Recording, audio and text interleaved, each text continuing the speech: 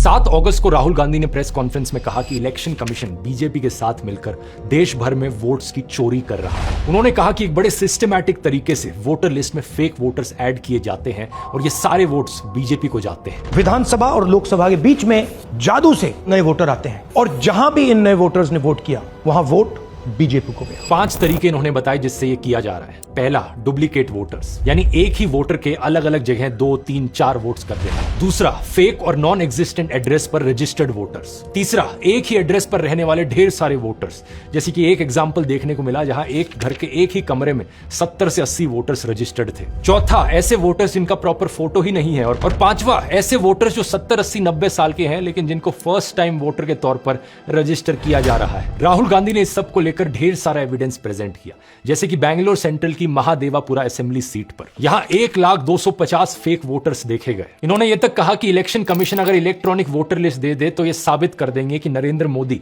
धांधली करके प्रधानमंत्री बने हैं। जब इतना बड़ा एक्सपोजे किया गया और इतने बड़े बड़े आरोप लगे तो पता है इलेक्शन कमीशन ने क्या जवाब दिया। कुछ ही सेकंड्स के अंदर वो ट्वीट करके कहते हैं कि ये एलिगेशंस मिसलीडिंग है। कोई इंक्वायरी नहीं, कोई चेकिंग नहीं, किसी एग्जैक्ट पॉइंट का कोई काउंटर जवाब नहीं, बस मिसलीडिंग घोषित कर दिया। और ऊपर से यह कहा इलेक्शन कमीशन ने कि अगर जांच करवानी है, जांच तभी होगी जब राहुल गांधी एफिडेविट पर साइन करके ओथ लेंगे कि ये सारा डेटा सही है। बताओ जरा। लेकिन कुछ मीडिया हाउसेस ने अपनी इन्वेस्टिगेशंस करी। इंडिया टुडे ने अपनी इन्वेस्टिगेशन करी जिसमें राहुल गांधी का महादेवापुर में मुन्नी रेड्डी गार्डन के हाउस नंबर 35 पर 80 वोटर्स का रजिस्टर होने का दावा सही मिला। ये 10 से 15 स्क्वायर फीट का एक कमरा था जिसमें केवल एक व्यक्ति रहता है, जिसके हिसाब से इस घर का ओनर बीजेपी से जुड़ा जयाराम रेड्डी है। लेकिन इस एक कमरे के एड्रेस पर 80 से ज्यादा वोटर्स रजिस्टर्ड थे। अब बात यहां पर यह है दोस्तों कि पहली बार नहीं है ऐसे आरोप लगे हों। दिल्ली इलेक्शन से पहले भी ढेर सारे सबूत प्रेजेंट किए थे आम आदमी पार्टी ने, जो दिखा रहे थे कि एक वोटर फ्रॉड हो रहा है। इन्होंने एक ही विधानसभा में शादरा में 11,008 वोट काटने के लिए एप्लीकेशन दी।